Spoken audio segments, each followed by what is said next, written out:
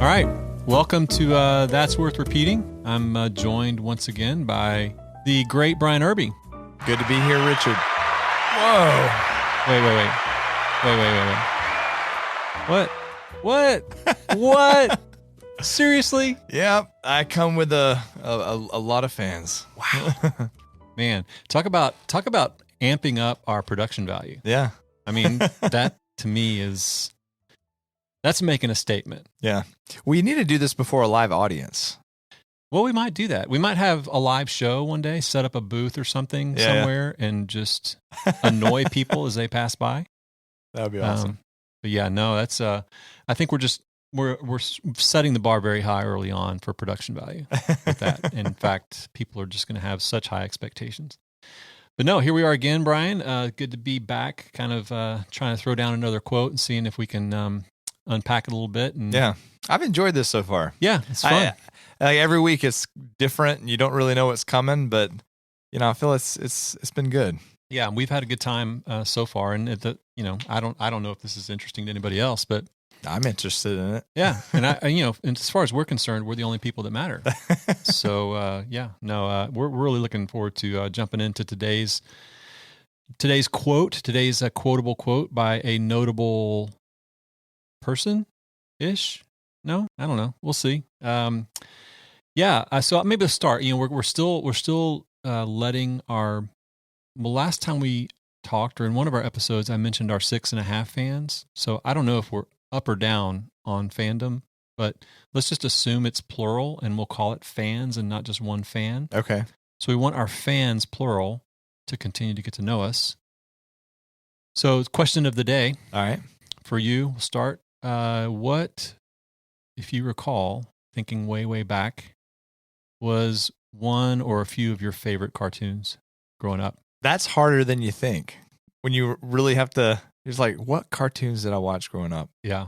Now, are you embarrassed by this question? Do you think thinking about it is embarrassing? Did you watch cartoons that you're afraid to share about, or is it just hard to remember? No, it's just hard to remember. I mean, like off the top of my head, the first thing I thought of was like sitting at my great grandmother's house watching TBS, like reruns of Flintstones and Jetsons. There you go. Stuff like that. Scooby Doo. Yeah. I remember all those. Yeah. Looney Tunes. Yeah. But again, those are, I guess favorite stand out? Those are some good ones. I really liked the Roadrunner. I always thought that was Roadrunner Coyote. It's classic. I remember as a kid, okay, now this is coming back. Was it Saturday morning cartoons? There's a cartoon called Bobby's World. Do you remember that one? I do not. That's probably because I'm a bit older than you, and I'm sure that probably was not. That's not one of the classics that you just mentioned, like Scooby Doo and Looney Tunes. Those were the ones that were always on. But Bobby's World was popular when I was a kid. There's a little kid that rode around on his little tricycle and had this imaginary world, and it was great. So I'll throw down one. Maybe you were into this. I don't know. Maybe this was too far before your time. But Speed Racer. Oh yeah. I think my dad watched that. Oh, stop. Speed Racer and his Mach 5 had the cool sound effects when he'd hit the button to make it jump. Yeah, that was one of mine. Scooby Doo was, of course, but I think my all-time favorite, you can probably tell by just looking around my office, Charlie Brown. Yeah. Now I did every Christmas, every Halloween, Charlie Brown. Yeah, so you couldn't watch Charlie Brown just any time. It wasn't like a Saturday morning cartoon or anything like that, But even today, I it's kind of a joke around my house when it's time to have Charlie Brown specials come on. Yeah. I'm kind of nagging the family. Hey, can we get together? Can we watch this? It's like my special sentimental thing. We do it too. Yeah. We have it was Halloween, Thanksgiving, Christmas. We do that. Charlie Brown. It's the Great Pumpkin. Uh-huh. Charlie Brown. We're getting close. Yeah, it's coming on. Charlie Brown Thanksgiving. Yep. Yeah, all those. Well, I think that one of my daughter's all-time favorite cartoons, or characters maybe is a better way to put it, has to be Winnie the Pooh. She's a big Pooh fan. Oh, yeah. In fact, Winnie the Pooh is not just one of my daughter's favorites. It's a lot of people's favorite. I mean, it ranks top of the list. Let's give a little background, because today we are going to enjoy a discussion about a Winnie the Pooh quote. So we're lightening it up a little bit on the front end, from Charles Spurgeon to Winnie the Pooh. Yeah. So we've had Charles Spurgeon, we've had C.S. Lewis, we've had Al Mohler, and today it's Winnie the Pooh.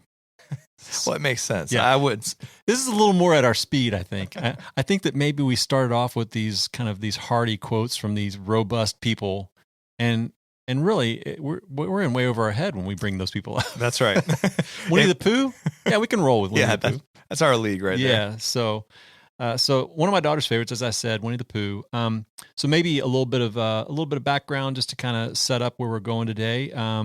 You may know some of this, you may not, but Winnie the Pooh, the actual sort of the characters of Winnie the Pooh that you might have seen in the sort of the Disney versions of the cartoons of Winnie the Pooh, the various ones that have come out. They were just like Chronicles of Narnia. Remember when we did the C.S. Lewis episode, and I enlightened you to the fact that those weren't movies first; they were books first. Yeah, blew your mind. Obviously, you knew that, but same thing. These were books before they were Disney animations, Disney features, or Disney movies. In 1920, in August of 1920, a young lad named Christopher Robin Milne was born.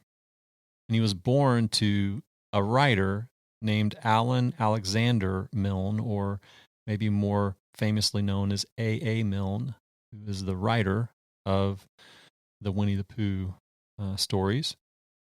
And his mom was Daphne de Sélincourt. So Christopher Robin, who is the that's crazy little boy character in the Winnie the Pooh stories in the 100 Acre Wood, was actually Christopher Robin Milne. And A.A. Milne, his father, wrote these stories kind of about his son in a sort of way. They were sort of reflections and stories, kind of putting into word and into story form the stuffed animal characters that his son played with. So his son, Christopher Robin, the son of A.A. Milne, Christopher Robin Milne, was born in 1920. By 1924, A.A. Milne had published a collection of poems called When We Were Very Young, and that was really the first appearance, if you will, of his son's stuffed animal bear. And then by 1926, he had actually published Winnie the Pooh. I think the bear's name originally, his son, Christopher Robin Milne, named his stuffed animal bear Edward, I think. And then the name kind of got changed to Winnie after a bear that they saw at the London Zoo. Okay, so this is all real. Not making this up. Edward the Pooh. It just doesn't. It doesn't flow. It does not fly. No, I'm thankful for that name change. Right. So Winnie the Pooh is published in 1926, and then in 1928, the final Pooh tale called "The House at Pooh Corner" is published. So these were sort of the core Winnie the Pooh stories. That were written by A.A. Milne, and Christopher Robin Milne was his actual son. To kind of bring it a little more current into our experience, if you will, Walt Disney, not Walt Disney the company, but Walt, first name, Disney, last name, acquired licensing rights from A.A. Milne to the Winnie the Pooh characters in 1961. He, as it goes, he overheard his wife reading to their daughter or daughters these A.A. Milne stories, and he became enamored with them himself, and so he contacted A.A. Milne and acquired the rights to them in 1961. It took a long time before anything was produced by Walt Disney along the Winnie the Pooh line. But to just give you an idea of the size and scope of the Winnie the Pooh franchise, so in 1961, he acquired the licensing rights, and it carried with it royalties that had to be paid for anything that would be produced by Disney. So it's kind of a licensing rights and royalty kind of deal. But in 2001, Disney purchased all remaining rights in a lump sum deal valued at $350 million. So from the remaining heirs, and so that kind of did away with all the royalty payments. but they paid $350 million to have complete control. That's crazy. Over the whole franchise. Now, this is to give you an idea of the value of the Winnie the Pooh franchise to Disney. In 2019, the Walt Disney Company recorded revenues of $69.57 billion. What? Oh, not from Pooh alone. No. Okay. But the Winnie the Pooh franchise alone generated approximately $3 to $6 billion annually. So that's approaching 5 to 10% of Disney's total revenue. That is crazy. That's amazing. That is nuts. Huge, right? It's huge. So obviously we're talking about a pretty big cultural phenomenon, something with a pretty interesting backstory. And we're going to talk a little bit more about the backstory. We're going to bring in a little more contour to that as we move forward. But obviously we can talk about sort of some of the lovability factor of Winnie the Pooh, or, it being, one of my daughter's favorite characters. But the thing I think that probably is one of the more endearing qualities to the whole Pooh story, or the series of movies, and to the character Winnie the Pooh himself is some of the quotes. Yeah. And they're just, he's just, the way A.A. Milne sort of gave life to this bear, this stuffed animal bear, if you will, the way that he embodied him in the written word, and then ultimately in these animations through Disney. Just some very, very memorable, unique locutions by Winnie the Pooh. Quotable quotes. Quotable quotes by a notable bear. A notable fictional character based upon a stuffed animal. That's kind of our level now. Yeah, I was about to say. That's it. So I'll give you a few quotes to kind of prime the pump. All right. Feel free to comment if you want, but this is just some introductory material, some Pooh quotes for us to kind of get in the mood, if you will. So here's a Pooh quote for you, and this is really an expression of my heart to you. All right, but this is from Pooh. Great. Any day spent with you is my favorite day. So today is my new favorite day. That's special. Yeah, that is special. Is your heart sufficiently warmed? Yeah. Here's another heartwarming quote. But it also, if you think about it, it has depth to it. Uh-huh. If you just think about it outside of the cuteness or sentimentality of it, it's got some real cool depth to it. Pooh says this on one occasion: "How lucky am I to have something that makes saying goodbye so hard?" Oh yeah, that is good. That's good, isn't it? Yeah. How lucky am I to have something that makes saying goodbye so hard? Just appreciating what you have, Yeah. right? And the relationships. And thankfulness even in your loss. Yeah, that's right. That's right. This is more kind of a classic Pooh. He says, "I'm a bear of very little brain, and long words bother me." Now you can relate to that. Oh, right? yeah. Yeah. That's me right there. And maybe another quote that is really, actually, I think this one, I think this is probably one of my daughter's all-time favorite Pooh quotes. Yeah. She probably has several, but I know that she really likes this quote, and it goes along with the one I just read. Here's another Pooh classic. He said, "It's more fun to talk with someone who doesn't use long, difficult words, but rather short, easy words like, 'What about lunch?'" That's funny. That sounds like our staff Yeah. time here, our office time. Yeah. Now this is a little deep. Here's a pretty deep Pooh quote. He said, "I'm not lost, for I know where I am. But, however, where I am may be lost." Oh yeah. Wrestle with that one. Twist. That could be like, Yeah. you could kind of maybe do, you could use that to kind of spring into, an exegesis of Romans 1. Yeah. Like, even though they knew God, Yeah. they did not honor him as God. Yeah. But they suppressed the truth and unrighteousness, so they knew where they were, and they didn't consider themselves to be lost. But is this working at all? Yeah. A little bit, maybe. You can get there. A little bit, maybe. Yeah. You get there. I don't recommend any pastors that might potentially listen to this spring into a Romans 1 sermon with Pooh. But anyway, for our purposes, maybe it works. So there's a few there that to whet your appetite. I've got one more before we get to our main discussion quote today. I got All one right. more that I actually have the audio. I pulled a couple of audio clips from a fairly recent theatrical release called Christopher Robin. I don't know if you saw that movie, but it came out, a few years ago, maybe 3 or 4 years ago. Yeah. And so this is the Pooh character a few years ago. And this probably is one of my all-time favorites. And I think you like this one too, if I remember running this one by you. But this is another favorite. Here's the audio. People say nothing is impossible, but I do nothing every day. Yeah, that's a good one. That's a good one. Let's do it one more time. People say nothing is impossible, but I do nothing every day. Yeah, that's good. That's good Pooh stuff right there. So one of my favorites is that one.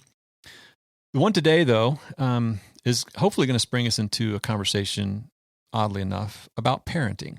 Oh, okay. That's where I want to go with this. All right. And I hope you want to go with me on that. Otherwise, we're going to I don't know if I have a choice. We're going to have a really odd podcast. If I'm talking about something and you're talking about something totally different, that'll be interesting dynamic. But no.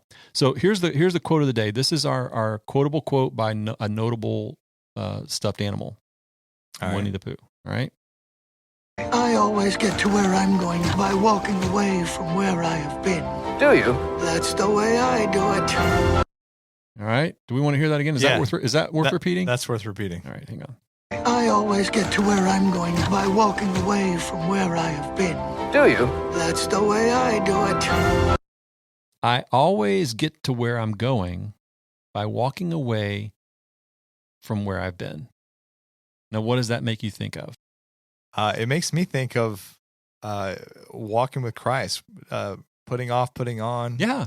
Repenting of sin. Yeah. Heading towards. Doesn't it? Yeah. Holiness. Yeah. I mean, I think that's a good, because you can't stay in your sin and remain or be in Christ. You have to leave yourself. I mean, that's Christ, right? Deny yourself, take up your cross, and follow me. Yeah. So I thought the same thing. When I was thinking about this in the context of our podcast. As I was listening to some of these. But I mean, that immediately sprung to my mind as well. But the reason why I think that there's a way for us to kind of maybe broaden this thought process a little bit to the matter of parenting. Obviously, we're talking about what is primarily a children's oriented subject and a children's oriented, series of books and animation features and that kind of thing. And characters beloved characters like Winnie the Pooh and Tigger and all, Eeyore and the whole gang there. So it's oriented toward children, and it conjures up, even for me, because of my daughter's love of Winnie the Pooh, it conjures up for me, and I'm sure for you and your daughters, it can sort of conjure up sort of a sentimental, thought process or a sentimental view of our children. And, I can't help but think of my daughter as a younger, my daughter's, in her 20s, and she's graduated from college, and she's, working as a teacher. She's like, a grown young woman. Yeah. But, thinking about these things, I can't help but feel a little bit sentimental, and I can't help but think about her as a young girl and sleepovers and watching these shows and curling up with me, maybe on the couch to watch one of these cartoons or whatever. It does have that emotional sort of sentimental effect in thinking about these things. But we don't live there. We can't live there. And yet I think that it's elements of sentimentality can be major pitfalls in our parenting. And interestingly enough, when you look at the broader story, the broader context of the Winnie the Pooh backstory, you really get a good dose of this reality as it relates to parenting. So I'll give you just a few highlights, and then we can kind of dig into our discussion. So when I first discovered that the Winnie the Pooh character, all the Winnie the Pooh characters and all of that was, and A.A. Milne wrote all of this in sort of connection with his own real son named Christopher Robin Milne and his real stuffed animal collection and his playtime with them, and how he kind of brought imaginary life to them and all that, my initial thoughts were very sentimental. It was like, that's really cool. I mean, think about it. I mean, you've done, I'm sure, done things for your kids to kind of, special things, make them feel special. I know that you've recorded some songs with them. I mean, you've done some things to kind of like, employ some of your particular interests or creativity or gifts or whatever to just share with them these special moments, right? So when I heard this, I was like, that's really cool. That's amazing. Yeah. And I immediately found myself drifting into kind of an excess sentimentalism, and even maybe thinking to myself, I don't know if I've ever done anything like that special for my kids. I started having those thoughts of, evaluating, have I done anything that special for my kids? But that's not reality. And unfortunately, the reality is not so special. In fact, the whole Winnie the Pooh phenomenon became a very challenging burden for Christopher Robin Milne himself. Oh, yeah. So much so that he really wanted nothing to do with it. I mean, he as a young kid, he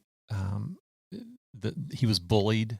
So just imagine having these stories become worldwide in popularity, and you're getting older, and it's all about you playing with your stuffed animals. Yeah. And bringing these stuffed animals to life. And then you go to school, and you got all the guys who are either jealous of your fame and your parents' fame, or they're just like making fun of you because, you're playing with stuffed animals. That's childish, or that's whatever. Yeah. He was bullied as a young kid and actually had to take boxing lessons to defend himself against bullies. He even said at one point in his memoirs that his dad was not very fond of children and was absent a lot of the time. He eventually, later in life, became estranged from both his mom and his dad, and reached out to his dad in the very last days of his life and had some connection with him at the very end of his dad's life, but was estranged from his mom even to the very end, so much so that his mom, he tried to see her while she was on her deathbed, and she wouldn't see him. Oh, man. So that's so sad. Yes. So you have this. So here I am looking at this A.A. Milne story and Winnie the Pooh, and he did this for his son, and it's him kind of chronicling. And actually, just another step further, the 100 Acre Wood, they actually had a cottage, some kind of summer cottage or something, and in some place in England on the edge of what was called the 500 Acre Wood. Oh, yeah. So that was actually a real place too. That's funny. So all this stuff, you're like going, that's so cool and how sweet and, all that sort of stuff. But the reality is that kids grow up and whatever is happening, not in the context of some sentimental ideas that we might have about our kids or our relationship with our kids or how we've invested in them or the things that we've tried to do to make life special for them, those things may or may not be really connected to reality. Yeah. And so as I think about this Pooh quote and you jumping right on the idea of repentance, it made me think about one of the fundamental responsibilities we have as parents, and that is to communicate consistently and demonstrate faithfully the gospel of Christ to our kids. Yep. What do you think about that? Yeah, no, I think that's good. I'm thinking about it right now, but like you said, I mean, if we're just living for memories and moments, then we're really not going about the work that we're called to do. Yeah. To build them up in a way that they're not only able to walk in this life, but that they would, if we're in all the play, like you said, we can write songs, we can tell stories, we can go to theme parks, we can do all these things, and those aren't bad things, right? But the memories themselves, if they're not interlaced with a life of consistency that they can see, an example of of humility and submission to Christ, an example of repentance and forgiveness, and the things that we have to constantly be expressing in front of them, and then also pointing towards the one truth that will ultimately be their eternal salvation. Yeah. Then ultimately it's all for nothing. Kind of like anything in life. I always tell my kids, if you have Christ, then everything else in life becomes a gift. But without Christ, all the things you have end up amounting to nothing because you lose everything, Yeah. And I think we can do the same thing with our children. We can spend their entire childhoods trying to build memories and try to do all of these things, and then ultimately not do the one thing that is of eternal importance and is commanded by our Father, which is to be speaking of Him when we lie down, when we rise up, wherever we go, to raise them up in the discipline and instruction of the Lord, so that they know Him, they love Him, and fear Him. Yeah. And thinking about this whole matter, I'm reminded of kind of an experience I had. It was a bit of an eye-opening experience, admittedly. As I've said on previous episodes, or on a previous episode, I used to be an administrator at a K through 12 school, and and so during that time, the concept or the metaphor of the helicopter parent. I'm sure you've heard of that, right? The helicopter parent is kind of a thing that definitely has play in a school environment, where you have that parent that's always hovering over their kids, right? And that can be problematic for educators, for sure. It can be problematic in all kinds of contexts, but in particular for educators. So you got the helicopter parent sort of image, and that's the parent that's hovering over their kids and really just excessively involved to the point where it's detrimental. But then when my wife and I, Alicia and I, took our daughter Emily to her first year of college, we went up there to move her in, and they had kind of a parent orientation kind of presentation. The dean of students actually, and we're talking about freshmen in college, and the dean of students introduced all of us, I should say, to a different image called the snowplow parent. A snowplow parent is the one that is their life is to just clear out every potential obstacle in their child's path so that they can just walk on a smooth. So think about that. Think about helicopter parent, snowplow parent, sentimental parenting. These kinds of sort of visions or dispositions that we might embrace or embody with our kids and our parenting. That's all oriented toward making life easy and special and completely shielded and protected and free of harm and trouble, that kind of thing. Yeah. I mean, there's a natural instinctive orientation for us as parents to want to protect our kids. Yeah. But taking it to this degree, think of that as a general pattern of parenting, and then compare that to the realities of the gospel, the realities of sanctification, the realities of life in a fallen world. And what does that say about our preparing our kids? Well, I think it says that, I think some of it comes down to not really trusting in what the Lord says. I mean, because if we did love them, I mean, again, I'm thinking of a lot of this because I do some of this, but if we love them, we have to be preparing them to know how to walk in a world that is going to hate them and allure them away from truth and an enemy that is always, I mean, the same fights that we fight as believers, we have to be walking them there. I mean, that's part of how we got to parent our children, is walk them through the trials and the troubles and the pain and the loss and those sort of things. Yeah. So we're called to train up our children in the way they should go, and we're called to not provoke them to wrath, right? Mm-hmm. But we're not called to make sure that their childhood is free of any encumbrance or trial or hardship. Or just a comfort and ease. Yes. Mm-hmm. In fact, I think that the natural inclination of parents to either view their children's childhood in overly sentimental ways, like how can we, especially in an age of social media, we're constantly trying to capture the next moment and post it and say, this is our life now, and look how special it is, or capture the moments for our kids to be able to look back on, and as though that's what they're gonna take away from it.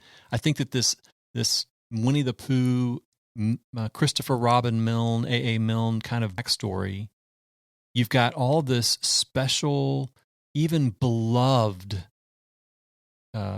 characters and stories and quotes that we're using today that didn't represent the reality. Yeah. And it didn't bear out a fruit of genuine, father-son, mother-son, adult relationship and kinship and fellowship. I mean, you know what I'm saying? There are no guarantees of anything, even if we're faithful as parents. Our kids are going to grow up and become adults, and they're going to go their way. So I'm not saying that we're culpable for what our adult children do all the way down the line, but I'm really speaking to the fact that really what I'm speaking to is the call for us as parents to have the long view in mind. Yeah. When they basically enter the world. I mean, someone kind of said this to us very early on when we became parents, that as parents we're training them up to be adults. That our objective for them is stable, God-honoring adulthood. Yeah, no, that's good. Not fun, happy, easy childhood. Yeah. And so that just brings to me a balance and a temper to just our attitude and our disposition and our approach to parenting. Yeah. Well, any other thoughts before we wrap up?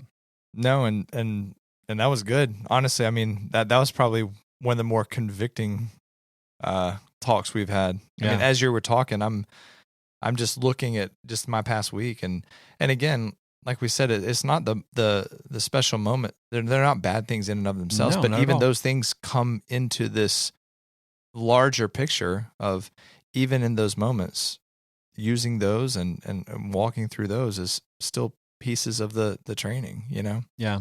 It's just keeping like you said, the end game in picture and where is this going and why, and just always pulling it back down to that. Yeah.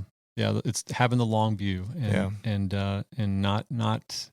not needing every difficulty or discomfort alleviated as soon as possible, or not over investing in the pleasure of childhood. Yeah.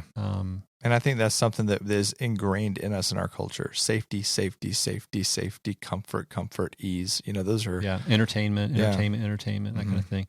So again, you've said it a few times. I would totally echo it. I certainly don't want to come off like, the job of the parent is to introduce as much pain and suffering in your child's world as early on as possible. Yeah. So that they're mature, stable adults. That's not the point. The point is that we tend toward imbalance here. Yeah. Naturally. Mm-hmm.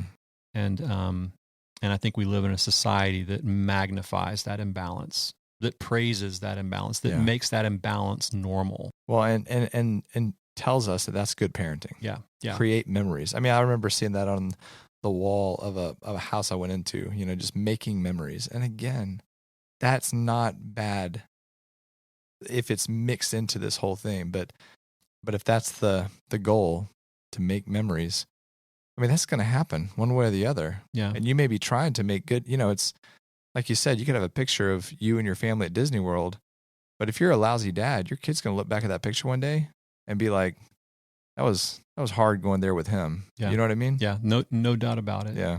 And I think coming back to where we actually started, our primary responsibility as parents, especially and quite pointedly as believing parents, as Christian parents, our primary responsibility is to demonstrate the love of Christ and to introduce them to the truths of the gospel. And a big part of that is their understanding repentance. Let's listen to our quote again. Yeah. I always get to where I'm going by walking away from where I have been. Do you? That's the way I do it. So, Winnie the Pooh, talking about repentance. Yeah. Where are you going? Well, you got to be walking away from where you've been if you're really going to walk with Christ. Yeah. God help us as we continue to try to be faithful parents, and enjoyed being with you one more time. Yeah, it was good. Thank you. Thanks, man.